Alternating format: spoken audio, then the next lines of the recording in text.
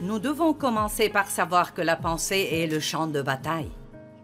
Vous devez garder votre cœur avec toute diligence, car de lui viennent les sources de la vie. Faites attention à ce que vous pensez quand vous conduisez, vous ne pensez à rien. Et soudainement, vous pensez toutes ces mauvaises choses à propos de quelqu'un, ou comment cette personne vous rend fou. Vous ne pouvez pas juste vous approprier cela et continuer à y penser. Vous devez dire « non ». C'est un très bon mot à apprendre à haute voix. Non. Je vais penser à quelque chose qui sera bon pour moi, pas à quelque chose qui m'énervera. Amen. Donc la première chose dont nous parlerons est les 7 façons dont le diable attaque. 7 façons dont le diable attaque. Le diable veut que nous soyons des personnes critiques. Parce que s'il peut garder nos pensées sur toutes les fautes de tout le reste du monde, alors nous ne verrons jamais les nôtres. Et nous ne pouvons rien faire concernant les fautes des autres, mais nous pouvons nous occuper des nôtres si nous travaillons avec Dieu.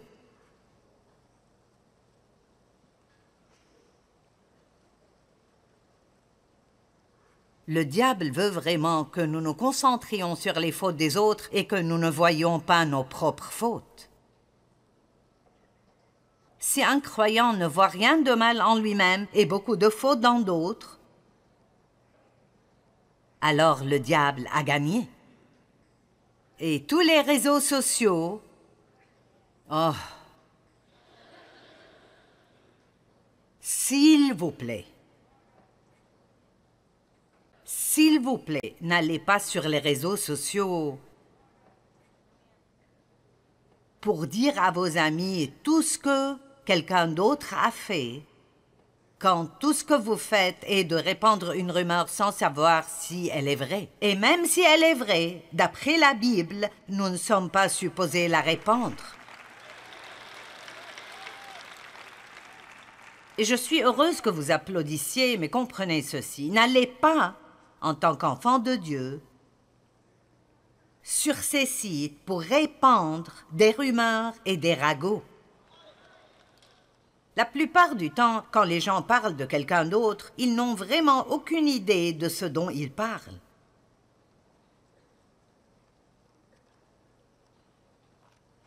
Nous n'avons qu'un espoir dans les jours où nous vivons. Et vous m'entendrez en parler répétitivement ce week-end. Nous n'avons qu'un espoir pour sortir de ce pétrin où nous sommes, et c'est l'amour.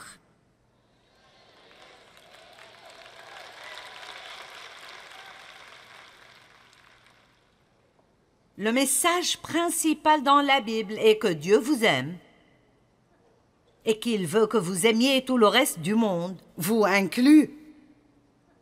C'est la loi royale de la liberté, d'après l'apôtre Jacques. Et si nous faisons ceci, nous accomplissons toute la loi et tous les prophètes. Donc, si vous aimez les gens, vous ne les jugerez pas.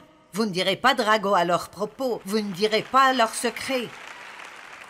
Parce que l'amour nous empêche de faire tout cela. Donc, à chaque fois que nous faisons ce genre de choses, nous ne marchons pas dans l'amour.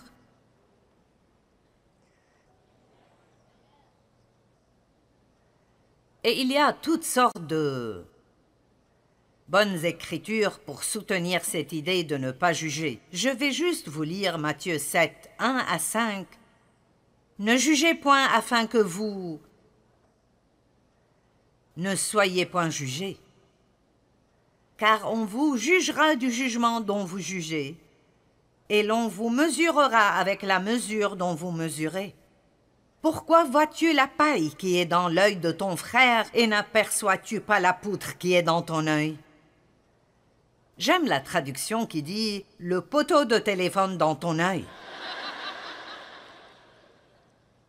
Donc, si nous croirons tout ce que la Bible dit, elle dit « nous jugeons les gens pour ces petites choses en eux qui nous irritent et nous avons de plus grands problèmes. » Mais si le diable peut nous garder occupés à regarder ce qui ne va pas en eux, alors nous ne pourrons jamais voir ce qui ne va pas en nous.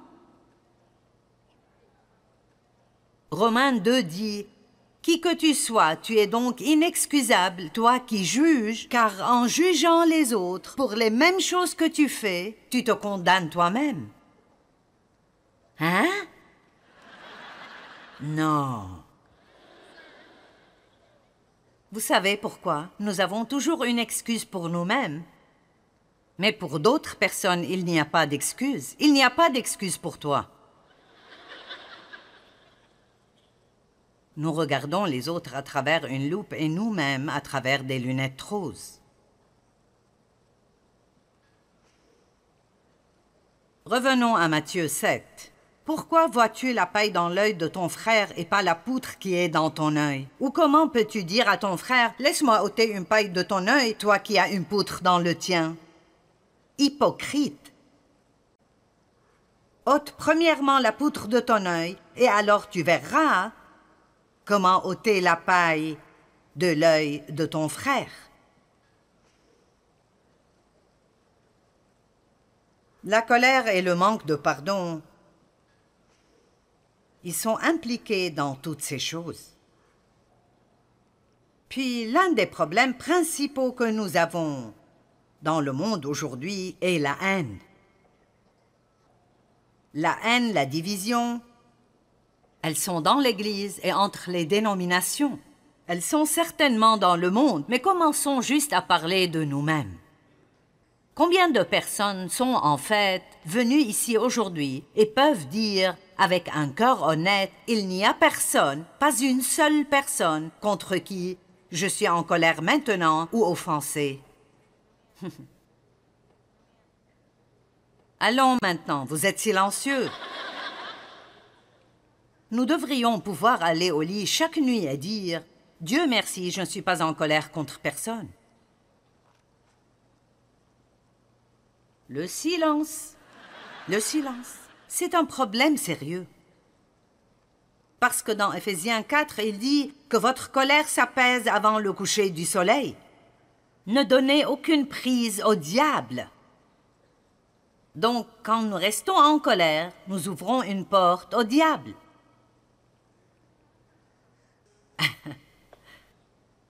Ne rentrez pas au lit en colère.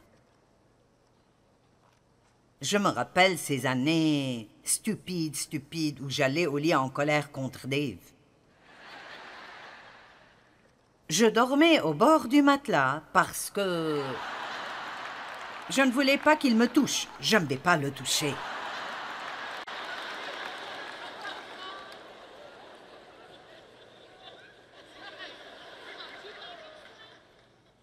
Et puis, il prenait toute la couverture et je ne vais pas lui demander la couverture. Donc je restais là à geler toute la nuit. Il dormait bien. Et qu'est-ce que j'ai eu? Un mal de tête, un mal à l'estomac. J'étais fatiguée à cause du manque de sommeil. C'est stupide. Les choses que nous faisons sont stupides. Ça n'a pas changé, Dave. Dave est toujours le même.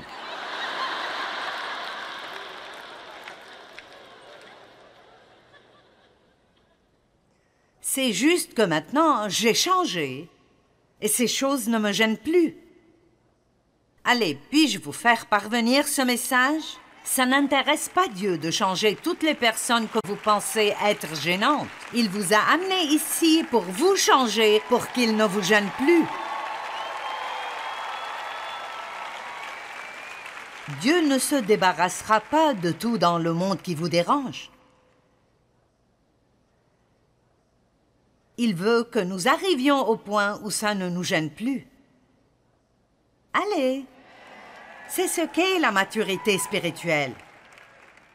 Pendant ce temps où nous sommes tous là, ne soyons pas misérables tout le temps concernant des choses concernant lesquelles nous ne pouvons rien faire. Vous ne m'avez pas entendu. Vous ne pouvez pas changer votre mari.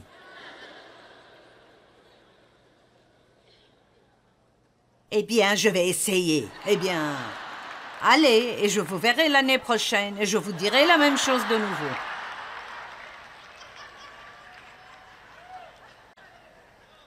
Je me souviens quand les enfants grandissaient. Si tu vas vivre sous mon toit...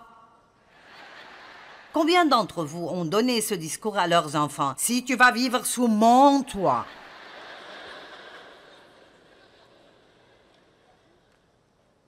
Ils ont vécu sous notre toit et nous les avons assez aidés, mais j'ai de bons enfants maintenant. Si vos enfants ne font pas tout comme vous voulez qu'ils le fassent, ça ne veut pas dire qu'ils ne deviendront pas de bons êtres humains. Enseignez-leur bien, donnez-leur un peu d'espace. Allez, contre qui êtes-vous en colère? Vous n'avez pas raison de l'être, quoi qu'il vous ait fait. Je suis désolée, mais c'est la Bible. Quoi qu'il vous ait fait, vous n'avez pas de justification si vous ne leur pardonnez pas. Maintenant, ne vous énervez pas contre moi. Parce que c'était le diable qui travaillait à travers eux, et la seule façon de vaincre le diable est de pardonner et de prier pour eux. Et quand on parle de juger d'autres personnes, la seule chose que nous devrions vraiment faire quand nous voyons une faute dans quelqu'un est de prier pour lui, pas de le juger et le critiquer.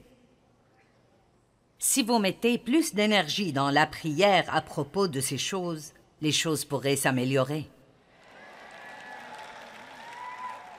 La deuxième façon dont le diable essaye de vous tromper. Il veut que nous soyons orgueilleux, que nous pensions, vous voyez, pensez que vous savez tout. Nous savons plus que tout le reste du monde. Combien d'entre vous ont un mari qui n'a jamais tort? Eh bien, je ne dirai rien d'autre car le mien est là.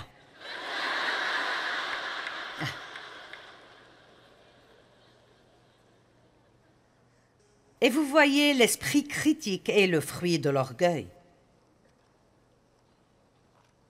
Faites attention de ne pas penser que vous êtes supérieur à d'autres personnes. Peut-être que vous avez de grands dons, des talents, peut-être que vous êtes plus rapide que d'autres personnes, mais c'est seulement parce que Dieu vous a donné ce don. Et vous ne pouvez pas choisir vos dons. Et ils n'ont pas choisi les leurs.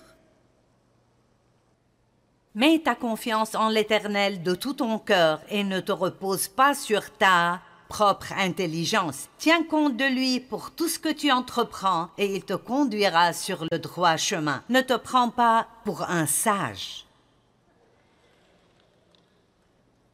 Je ne vous insulte pas, mais vous n'êtes pas aussi intelligent que vous le pensez. Vous pouvez avoir beaucoup d'éducation et ne pas avoir de sagesse. Mon Dieu! Je veux vraiment écrire un livre sur les proverbes et je ne savais pas comment faire ça parce qu'ils traitent de probablement de 100 sujets différents. Le week-end passé, j'ai pensé, je vais m'asseoir et commencer. C'est merveilleux. Beaucoup de fois avec Dieu, vous devez mettre un pied dans l'eau et ensuite il travaillera. Je suis au chapitre 7 maintenant. Mais vous voyez, c'est la sagesse. La crainte révérentielle de Dieu est le commencement de la sagesse. Où est allée cette crainte? Qu'est-il arrivé à la crainte du Seigneur? Savez-vous ce qu'est la crainte du Seigneur? C'est que vous reconnaissiez la puissance de Dieu et combien il est fort et combien il est souverain, au point où vous préféreriez faire quoi que ce soit plutôt que de l'offenser.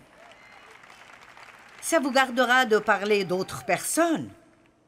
Ça vous gardera d'être vaniteux et orgueilleux parce que nous avons une crainte. Pas j'ai peur que Dieu me fasse du mal, mais une crainte révérentielle. Je sais qui Dieu est, je sais ce qu'il peut faire, je sais qu'il pense ce qu'il dit.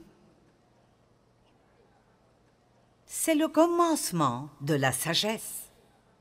Nous ne pouvons même pas avoir de sagesse du tout si nous n'avons pas une crainte révérentielle de Dieu. Et qui enseigne cela? Quand était la dernière fois où vous avez entendu parler de la crainte révérentielle de Dieu? Oui, Dieu vous aime, mais vous devez entendre d'autres choses que le fait qu'il vous aime. Et oui, sa grâce est merveilleuse, mais ce n'est pas la seule chose dont parle la Bible.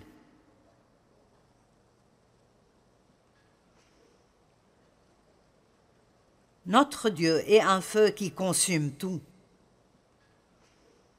Il est miséricordieux. Mais il mérite la révérence et que nous sachions que, je le dirai comme ça, ne jouez pas avec moi. Vous n'aimez peut-être pas la façon dont je le dis parce que nous voulons penser que Dieu est juste, doux et gentil et tout est bon, mais il supportera la méchanceté et le mal, et le péché et le comportement hypocrite pour un temps, et ensuite, parce qu'il nous aime, il nous confronte, pas pour nous faire du mal, mais parce qu'il ne veut pas que nous restions comme ça. Vous savez, je vous dis la vérité absolue. J'aurais peur de monter ici, dans cette chair, et d'essayer de prêcher si j'étais en colère contre mon mari.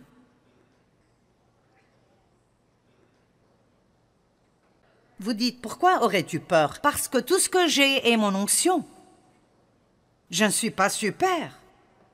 Je ne chante pas, je ne joue pas d'un instrument de musique. Si la prédication n'est pas bonne, je ne peux pas prendre ma guitare et chanter. Je suis montée sur ces plateformes des milliers de fois et j'ai vu des milliers de personnes et elles attendent de moi que je dise la bonne chose.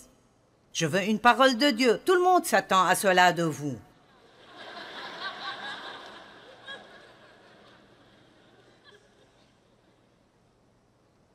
Et je ne peux pas monter ici pleine d'amertume, de ressentiment et de prétention. Si vous voulez porter l'onction de Dieu, vous devez vivre la vie. Vous ne pouvez pas juste avoir l'autocollant. Vous devez vivre la vie et vous devez la vivre quand personne ne regarde.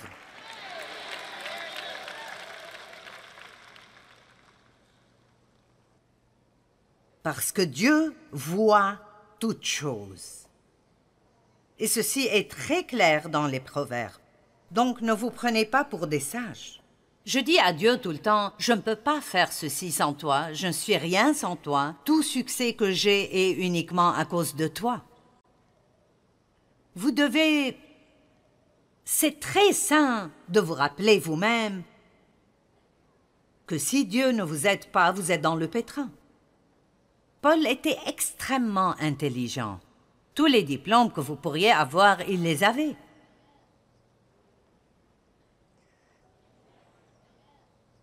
L'éducation est magnifique. Je dis accumulez autant que vous le pouvez.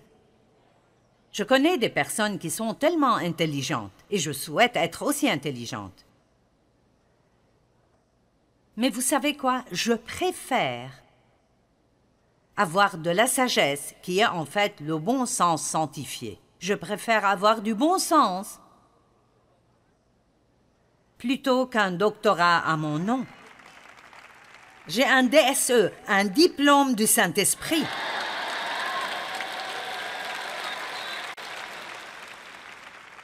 Ah oui, ce serait bien d'avoir les autres. Je n'en ai pas eu l'opportunité, mais j'aime les personnes qui l'ont. Mais même eux ne sont pas aussi intelligents qu'ils le pensent. Parce que Dieu est toujours l'important. Donc Paul, le Paul brillant, avec tous les diplômes que vous pourriez avoir, il a dit, je n'ai pas eu la pensée de savoir parmi vous autre chose que Jésus-Christ et Jésus-Christ crucifié. N'est-ce pas intéressant? Donc, quelle révélation Paul a-t-il? Hein? J'ai toutes ces choses, mais quel bien ça me fait sans Jésus? Numéro 3. Le diable veut qu'on pense, que tout le monde dise pense, que Dieu ne répondra pas à nos prières. Donc nous ne prions pas, nous ne persistons pas, parce que la prière est la chose la plus dangereuse pour le diable. Quand un homme juste prie, une puissance considérable est rendue disponible. Juste dans les 2 dernières années, j'ai été attiré de plus en plus au fait de faire attention à mes prières. Et ça m'émerveille, les choses que Dieu fait pour nous si nous les lui demandons. Et la plupart de ces choses dont je parle, ce ne sont même pas de grandes choses, ce sont de petites choses. Mais des choses qui valent tellement pour moi. Les choses qui me font savoir que Dieu s'occupe de moi et qu'il travaille dans ma vie. Demandez et continuez à demander. Cherchez et continuez à chercher. Frappez et continuez à frapper. Nous devons être persistants. Dieu, je ne vais pas me taire avant d'avoir une percée. Dieu aime ça. Il aime ce genre de persistance. Ce n'est pas impoli, c'est être persistant. Priez concernant tout ce qui arrive. Priez. Ce matin, j'étais prête à sortir et mon assistante a dit « Tu as tes lentilles ?» et j'ai dit « Oh !» Donc je quittais juste à temps pour arriver ici à temps, mais je devais retourner et mettre mes lentilles. Et j'ai dit « Seigneur, j'ai besoin de toi. J'ai besoin de toi aujourd'hui pour m'aider à mettre ces lentilles dès la première fois. » Et il l'a fait, il m'a aidé. Donc c'est là que nous nous rappelons de dire merci. Allez, priez, priez, priez, priez, priez à tout propos. Vous n'avez pas besoin d'être face à terre ou à genoux ou dans l'obscurité ou les yeux fermés. Je veux dire, c'est bien d'avoir des temps mis à part avec Dieu. J'ai cela chaque matin. Mais priez à travers la journée et ne laissez pas le diable vous mentir et vous dire que Dieu n'écoute pas vos prières. Vous dites, oui, mais les choses que j'ai faites de mal, pourquoi Dieu m'écouterait-il? Parce que vous n'y allez pas en votre nom, vous y allez au nom de Jésus. Et la Bible amplifiée dit que quand nous allons au nom de Jésus, nous présentons à Dieu tout ce que Jésus est. Je te demande de faire cela pour moi au nom de Jésus. Pas parce que je le mérite, mais parce qu'il le mérite. Je vous encourage de vous rappeler que nous devons faire attention à la tromperie de l'ennemi dans nos vies. Prions à travers chaque jour et demandons à Dieu de nous révéler les mensonges que nous croyons.